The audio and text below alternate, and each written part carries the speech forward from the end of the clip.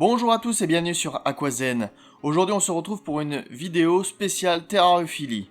En effet, vous le savez peut-être depuis un certain moment, je me suis mis à la terrariophilie. Et bien c'est l'occasion d'inaugurer donc une toute nouvelle série de vidéos terrario. J'espère que ça vous plaira. Je pense que ces deux domaines que sont l'aquariophilie et la terrariophilie assez proches.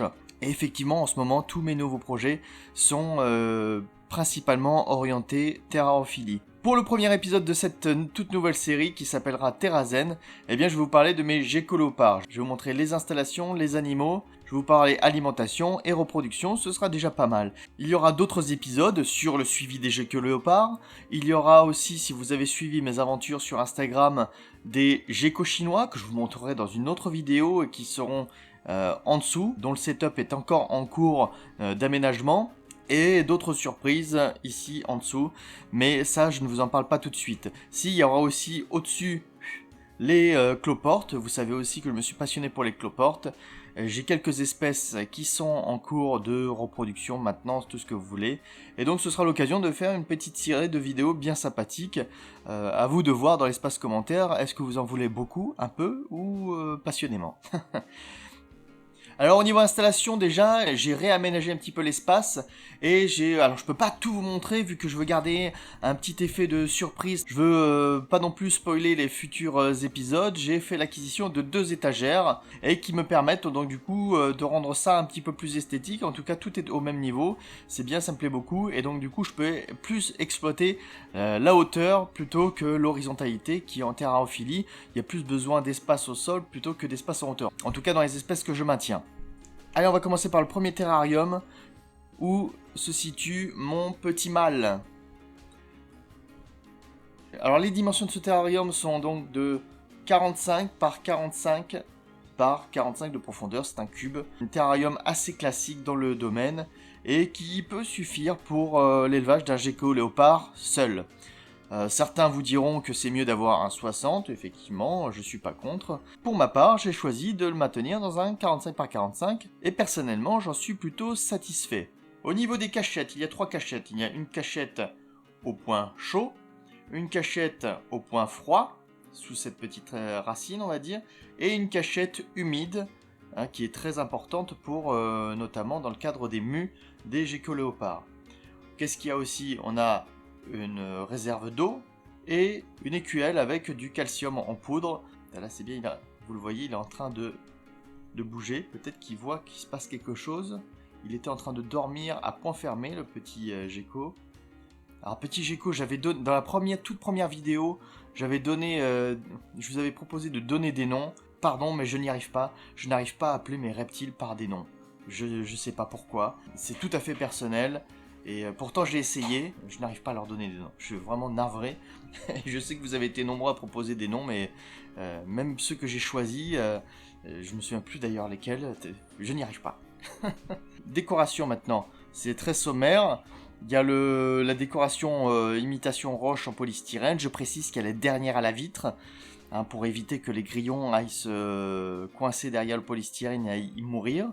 Donc là, le polystyrène est coincé entre le mur et la vitre. Un petit peu de plante artificielle pour donner un petit peu de couleur. Ça fait un petit peu son effet, on va dire. Au niveau matériel, qu'est-ce qu'on a ? Alors, j'ai pas précisé, le terrarium, c'est un Exoterra, avec un système de fermeture ici qui est bien pratique. Et une grille d'aération au-dessus. Qu'est-ce que j'ai mis ? Alors, au niveau éclairage, un dôme avec une ampoule qui n'est pas tout le temps la même. En période estivale, quand il fait très chaud, c'est une ampoule tout à fait classique, à une économie d'énergie, juste pour la lumière. Et en période un peu plus fraîche, on va dire, c'est une ampoule chauffante, je crois à 35 watts, donc assez faible, juste pour faire l'appoint de température. Alors c'est pas obligatoire de chauffer par le dessus, sachant que j'ai un tapis chauffant, donc, qui est juste en dessous de cet espace, qui fait à peu près un tiers du terrarium.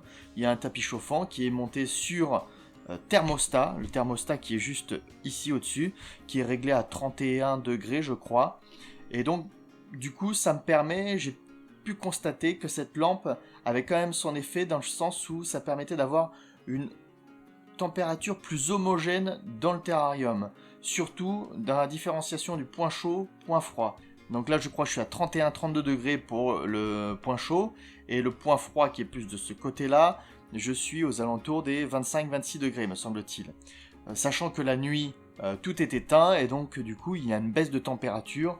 La température de la pièce est, je crois, aux alentours de 21 ou 22 la nuit. Quelque chose comme ça. Le sol, c'est un sol type désertique argileux. C'est de l'excavator. L'excavator, c'est ça. Là, il est vendu sous forme, c'est comme du sable, mais quand on le mélange avec de l'eau, eh bien, quand ça sèche, ça donne quelque chose qui est très dur, qui devient aussi dur que de la pierre. Et nous, au niveau de l'entretien, mais c'est super. Vous voyez, quand je tape, c'est aussi dur que de la pierre. Il y a juste besoin que de passer un coup de balayette, et franchement, c'est nickel. Hein, ce qui pour le nettoyage des crottes ou des éventuels déchets ou de la poudre de calcium qui serait amenée à tomber. Alors c'est certes un sol qui n'est pas le moins cher, mais sur la durée, sur la longueur, en termes d'entretien, mais je trouve qu'il y a moins besoin de le changer, et puis ça permet de faire des trucs vachement sympas, je vous montrerai à côté. On peut le modeler, faire des formes, des cavernes, et donc du coup c'est vachement sympa. Limite on peut éviter l'achat de certaines cachettes, en justement en achetant un sac supplémentaire et qui permet justement de modeler des cachettes. Donc à réfléchir. On ira embêter le mâle un petit peu tout à l'heure pour vous le montrer de plus près. Pour l'instant je le referme et on va regarder le terrarium des femelles. Alors le terrarium des femelles, je l'ai refait il n'y a pas très longtemps, notamment au niveau du sol, vous pouvez le voir. C'est à nouveau au niveau du sol de l'excavator, et non pas du desert bedding. Le desert bedding aussi c'est pas mal, ça se tasse, mais le problème au fur et à mesure des nettoyages, qu'on balaye, on enlève un petit peu de la matière, et finalement mais il reste quasiment plus rien au bout d'un moment. Ce qui peut-être pas mal, parce qu'on se dit quand j'ai plus de matière, eh bien il faut que je change mon sol, pourquoi pas.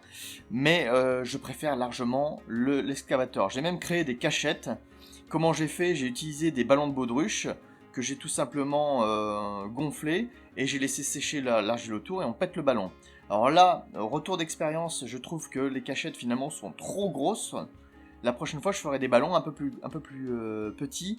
Alors ça ne les empêche pas d'utiliser les cachettes, même si actuellement elles n'y sont pas. Et puis je pense que la prochaine fois, je les orienterai de manière à ce que la cachette ne soit pas visible de l'extérieur. C'est-à-dire qu'elle soit un petit peu de 3/4, histoire qu'elles aient un petit peu d'intimité. Niveau cachette, donc il y en a une au point chaud, une point froid, et ce tronc aussi permet d'avoir une autre cachette. D'ailleurs il y en a une qui est en ce moment dedans. Elles aiment beaucoup ce style de cachette, peut-être que je vais en rajouter une autre.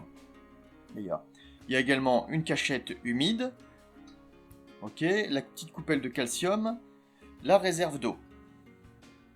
En fond, on a également du polystyrène imitation roche, quelques petites plantes artificielles dans les coins, faudra peut-être que j'en rajoute d'ailleurs. Le terrarium, je vous en ai pas parlé, il s'agit d'un terrarium qui fait 80 de long par 50 de profondeur et 50 de haut. L'espace, donc 80 cm pour 2 femelles, et ça se passe bien au niveau cohabitation. Je sais qu'il y en a pas mal d'entre vous qui m'ont dit attention, cohabitation, machin, il vaut mieux avoir 2 terrariums séparés. Oui, c'est vrai qu'il peut y avoir un rapport de domination. Il faut faire surtout attention lors des nourrissages, que chacune ait bien sa part, de manière à ce qu'il n'y ait pas de jalousie ou autre. Oui, des fois, il peut y avoir des petites frictions, mais pour être souvent en train de les observer ou être plutôt souvent dans la pièce, c'est assez rare. La cohabitation se passe plutôt bien. Une autre installation pour les géco-léopards toujours, qui est encore en cours de création. En fait, cette année, j'ai commencé à faire un petit peu de reproduction avec le couple que j'avais acheté cette année, avec mon mâle orange pour simplifier, ma femelle blanche, hein, pour ceux qui voient. J'ai eu 4 portées de 2 bébés, donc ça me fait 8, j'ai eu 8 petits cette année, je crois. Là, actuellement, il y en a encore un, le dernier de l'année, qui est encore ici. Là, pour l'instant, vous voyez, j'ai eu donc 8 petits, et encore, c'était une petite saison, je trouve, parce qu'il y a eu notamment une ponte de 2 œufs qui n'a pas abouti, donc potentiellement, j'aurais pu en avoir 10. Et donc, l'année prochaine, je compte faire reproduire les 2 femelles. Donc, ce qui fait 2 femelles x 10, ça fait 20 petits potentiels. Alors, je suis encore en train de réfléchir. Pour l'instant, je suis en train d'aménager 2 étages avec éclairage et un cordeau chauffant. Donc pour l'instant, je prévois d'équiper 2 étages de cette manière-là, de manière à avoir 6 boîtes, 6 fois donc 12 petits en simultané, ce qui me semble assez raisonnable. Et j'ai le 3e étage pour rajouter éventuellement un espace transitoire avec d'autres aménagements. Donc voici le setup d'élevage qui me sert d'habitude à avoir 2 geckos d'une même portée, parce que les geckos pondent les œufs par 2. Et donc du coup, qu'est-ce qu'on a? Donc j'élève sur sopalin. Au niveau de la gestion des déchets, vous voyez par exemple ici, il me fait des petites crottes, il va falloir que je change. Alors dans les premiers jours, alors pour ceux qui s'insurgeraient, dans les premiers jours de naissance, je change vraiment, dès qu'il y a quelques déjections, je change. Après, je dois avouer, je suis moins assidu. Voilà, là par exemple, aujourd'hui je vais le changer, ça c'est clair. On a une cachette humide, d'accord, avec du sopalin humidifié à l'intérieur. Là il faut que j'en rajoute, de toute façon aujourd'hui c'est prévu. J'ai 2 cachettes, là, hop, mais il est là le loulou. Et une deuxième cachette, il a d'ailleurs pas mangé, si, il a mangé quelques grillons mais pas tous. Vous avez également une écuelle d'eau, du calcium à disposition, et là j'en mets une troisième où je lui laisse en ce moment des petits verres Buffalo. Des petits verres Buffalo à disposition, et il en mange quelques-uns effectivement. Donc voilà, cette année c'était vraiment l'initiation à l'élevage. J'ai pas forcément gardé les petits très longtemps, parce que mon but c'était vraiment pas de les conserver, ni parce que j'avais pas les installations pour garder les adultes. Donc je n'exclus pas peut-être de garder éventuellement l'année prochaine un bébé si jamais il y en a un qui est plus beau que la moyenne. Mais là l'objectif c'était vraiment de s'essayer à leur reproduction et puis ensuite tout simplement de m'en séparer au profit d'heureux propriétaires.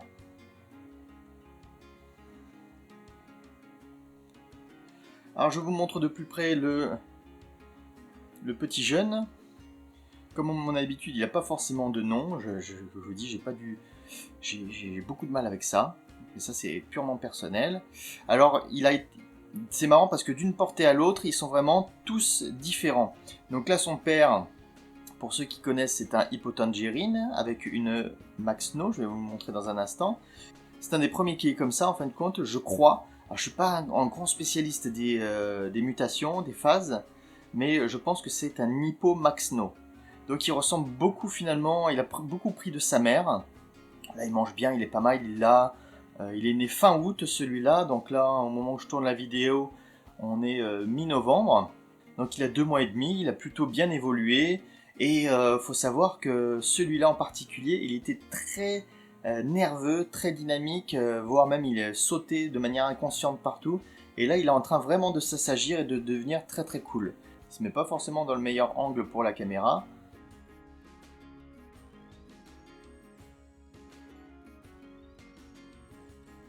Donc voilà, pour ceux, il est encore disponible. Donc si y en a certains qui sont dans ma région, du côté du Poitou-Charentes, et que vous voulez faire l'acquisition d'un petit gecko, ben vous contactez en message privé, on pourra traiter ça ensemble, il n'y a pas de souci. Je lui remets ses cachettes, et tout à l'heure je ferai l'entretien de son petit bac.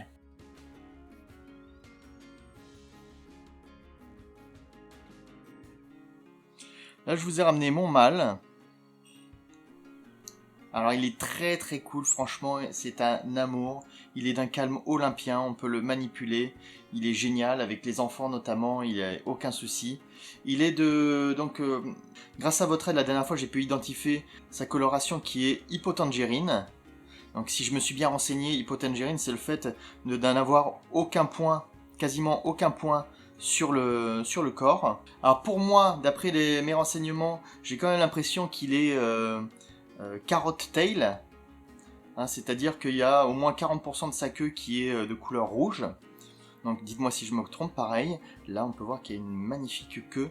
Il n'y a pas très longtemps que ça, dans une autre vidéo d'une camarade qui fait des geckos, que les réserves de graisse se mettaient sous les aisselles. Là c'est ce que je constate actuellement. Là il est bien, franchement, hop là il a eu un petit peu peur. Franchement il est beau, il est super bien. Même il a des petits muscles, il est adorable. Il est je vous dis, d'un calme olympien. On peut le prendre sur soi et tout. Il a été habitué franchement à être manipulé. L'inconvénient c'est qu'au nourrissage il est très très très très lent. Il a été habitué d'être nourri à la pince. Et donc du coup c'est très laborieux pour le nourrir. Mais bon, il est quand même hyper cool et il fait des beaux bébés. C'est un amour de gecko franchement. Alors j'essaie de vous montrer ses yeux qui sont magnifiques aussi. Il a un regard qui est superbe. Voilà ma première femelle avec laquelle mon mâle a fait la reproduction cette année. Alors si vous vous souvenez bien, les premières images datent de ma vidéo spéciale 10 000 abonnés où je l'avais récupérée dans un état un peu délicat, c'est-à-dire qu'elle était en contact permanent avec le mâle, qui la sollicitait beaucoup pour la reproduction, et donc du coup elle était assez amaigrie. En plus elle avait une petite plaie Au niveau de la mandibule inférieure, vous voyez que cette plaie n'existe plus. Donc franchement ça fait plaisir.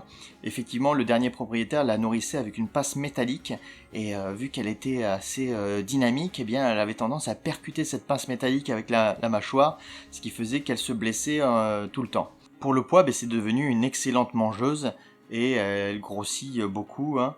On peut voir encore une espèce de réserve là, sous les aisselles. La voilà enfin sortie de son tronc et on peut admirer quand même son corps. Pour ceux qui s'en souviennent, tout du moins, a bien grossi. Et je suis plutôt content parce que maintenant, le fait qu'elle soit plus sollicitée par le mâle, j'essaierai de vous mettre quand même quelques plans pour que vous puissiez comparer. Son gabarit n'a quand même plus rien à voir avec le début. Voilà ma deuxième femelle. Elle est un peu plus jeune, un peu plus petite encore. Donc c'est pour ça que je ne l'ai pas mise à la reproduction. Elle est prévue pour être à la reproduction au mois de mars prochain. J'espère en tout cas. J'espère qu'elle sera prête, il faudra que je la pèse. En ce moment, elle se nourrit de manière assez irrégulière, ce qui peut expliquer d'ailleurs son gabarit un peu plus fluet, un peu plus fin. Elle me boude notamment les grillons et mange de manière assez irrégulière. Donc je la surveille, mais elle est superbe. Elle a, alors dites-moi si je me trompe, pour moi elle est Tangerine Trumper, donc dites-moi si je me trompe. En tout cas... je suis pas non plus un spécialiste. Pour l'instant, l'endroit dans lesquels j'ai acheté mes geckos ne sont pas non plus hyper spécialisés dans le sens où entre particuliers et animalerie, faut être franc, on vous donne pas forcément la phase très précise. Et donc du coup, bon, ça reste encore pour moi que de la découverte. Parmi les choses que j'entrevois, peut-être que plus tard, je changerai mes couples reproducteurs pour aller vers quelque chose d'un peu plus précis au niveau génétique, etc. Voilà pour la présentation de mes geckos léopards. Maintenant, je vais vous parler, allez, pour terminer, un petit peu alimentation. Alors, au niveau alimentation, comment ça se passe? Donc, deux solutions. Soit vous fournissez directement dans les vendeurs spécialisés, animalerie, particuliers, fournisseurs, bourses, pour acheter vos animaux, vos insectes, car ce sont des animaux insectivores, 100% insectivores. Soit vous faites comme moi j'ai pris la décision de commencer à faire l'élevage d'insectes, à la fois parce que je trouve ça finalement étonnamment intéressant, et aussi que ça permet de réduire les coûts, notamment dans le cadre de cette future élevage avec de la reproduction, mes 3 geckos au quotidien plus des bébés. Au bout d'un moment, ça peut représenter un certain coût. Donc je vais vous montrer mon élevage de vers de farine, de grillons et de blattes. Alors pour les vers de farine, c'est dans ce tiroir que ça se passe. Et là, vous pouvez voir mon élevage qui prolifère bien. C'est-à-dire j'ai plus de vers de farine que mes geckos peuvent en manger. Sachant que c'est pas la nourriture de base et que c'est une nourriture assez grasse, on va dire, et qui n'est pas forcément recommandée pour être comme nourriture principale. Donc qu'est-ce que je leur laisse? Je leur laisse du pain dur, du pain sec à manger. Je leur fais des apports aussi de fruits et de légumes comme de la pomme ou de la carotte sous forme de lamelles. Et ça les permet de se nourrir et d'être finalement des insectes riches. Parce que les insectes, il faut les nourrir. Parce que si on veut que ce soit des bons apports énergétiques pour nos reptiles, il faut penser non seulement à nourrir les reptiles, mais les insectes qui servent de nourriture, il faut qu'ils soient bien nourris. Donc les vers de farine se transforment en nymphes au bout de quelques temps. Voyez. Et ces nymphes-là, une fois que je les trouve, eh bien je les bascule dans l'étage ténébrion. Cette nymphe-là va se transformer en ce qu'on appelle un ténébrion. Un petit insecte qui n'est pas consommé par contre par les reptiles. Ce ténébrion-là, au bout de quelques jours, quelques semaines, va se reproduire et va pondre des œufs dans... moi je le maintiens dans la farine pure basique du commerce. Et alors, je sais pas si on va voir. Ici, là, on voit des mini-vers. En fait, les ténébrions pondent des œufs dans la farine. Ces œufs se transforment en vers. Et de temps en temps, je viens passer à la passoire les vers de farine que une fois que j'ai récupéré les vers de farine, je les remets les bébés vers de farine là-dedans et puis ils continuent à grandir. Et ainsi de suite, et je fais le mélange entre les 2 étages. Certains font de l'élevage sur 3 étages, vers de farine, nymphe, ténébrion. Moi je le fais sur 2, ça fonctionne quand même très bien à mon niveau. Ici j'ai rajouté un étage supplémentaire récemment. Là j'ai tout mélangé, ténébrion et vers. Ce sont des vers un peu plus petits, ce sont des vers buffalo. Vous voyez, il y a ténébrion et vert qui sont mélangés. Ce sont des vers un peu plus petits qui vont me permettre justement de nourrir les geckos juvéniles. Vous voyez ? Il ne faut pas que j'en mette partout. Qui me permettent de nourrir les geckos juvéniles et mes petits geckos chinois. Ici, qu'est-ce qu'on a? On a des blattes dubia, ce sont des grosses blattes. Alors j'en ai pas beaucoup, sachant que l'élevage des blattes dubia c'est un peu plus lent que les blattes Red Runner par exemple. Donc là, en plus j'en ai donné à bouffer à mes geckos léopards pour découvrir. Là vous voyez, là il y a une femelle et un mâle. Beaucoup plus de mâles que de femelles. Va falloir que je rajoute des femelles pour commencer l'élevage, sachant que ça se reproduit assez lentement. Donc voilà, pour l'instant l'élevage de blattes dubia n'est pas concluant parce que j'ai pas assez de spécimens pour pouvoir démarrer comme il se doit. Ensuite, mes grillons adultes, où je leur laisse des billes d'eau, je leur mets des paillettes pour poissons, de la pomme, de la carotte, pareil. Et je leur mets une espèce de litière en copeaux de bois parce que j'ai trouvé que c'était plus hygiénique plutôt que du sopalin ou rien du tout, parce que les grillons ont tendance un petit peu à sentir. Hormis le fait que ça fasse également du bruit, notamment les mâles quand ils chantent la nuit. Et donc du coup, j'ai également commencé l'élevage de grillons. Là-dedans, on n'a que des petits grillons. Je ne sais pas si vous les voyez, si c'est très visuel. Voilà. Là, c'est de mon élevage personnel. Voilà, il n'y en a plus beaucoup. J'en ai eu beaucoup plus à un moment donné. Ça m'a permis d'être un peu plus autonome avec des grillons de petite taille pour nourrir mes petits geckos juvéniles. Là, j'en ai plus beaucoup. J'attends qu'ils grossissent pour pouvoir donner notamment à mes geckos chinois qui sont un peu plus petits. Et ici, le meilleur pour la fin, mon élevage de Red Runner, là qui est un peu plus conséquent. Alors, je vais essayer de vous montrer que quand même ça pullule. Alors, pour l'instant, elles sont globalement assez petites.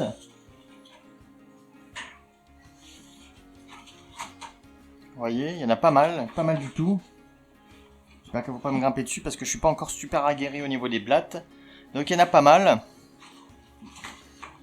Sachant que la blatte Red Runner, c'est beaucoup plus nutritif que le grillon. Et donc du coup, c'est un super apport. Et ça a pour avantage que ça se reproduit bien.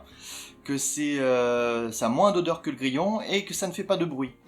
L'inconvénient, c'est qu'il faut faire gaffe parce que, vous voyez, là j'ai mis dans une grande caisse avec des parois hyper lisses pour éviter les évasions, parce qu'avoir des blattes dans son appartement, de sa maison, c'est pas forcément super agréable. Donc pour l'instant, elles sont assez petites, j'attends qu'elles grossissent et qu'elles se reproduisent, donc j'essaie de pas trop taper dedans en termes de nourrissage. L'objectif, c'est de prioriser le nourrissage des Red Runner parce que c'est plus facile à l'élever et c'est plus nourrissant pour les reptiles, sachant que je crois que le ratio, un grillon, enfin une Red Runner vaut pour 2 ou 3 grillons. Donc c'est beaucoup plus nutritif en termes d'apport. Voilà, j'en ai terminé pour cette vidéo de présentation de mes installations concernant les geckos léopards. J'espère que ça vous aura plu. Si c'est le cas, n'hésitez pas à laisser un pouce bleu, à vous abonner à la chaîne. Il y aura certainement d'autres épisodes, notamment présentation du setup pour mes geckos chinois, mon élevage de cloportes, mon élevage aussi de phasmes et une ou deux petites choses qui arriveront un peu plus tard. N'hésitez pas à mettre un maximum de commentaires, un maximum de likes pour me motiver à continuer cette série. Je vous remercie d'avance. Merci beaucoup à tous de votre soutien, je vous dis à la prochaine, ciao, et n'oubliez pas en attendant, restez zen.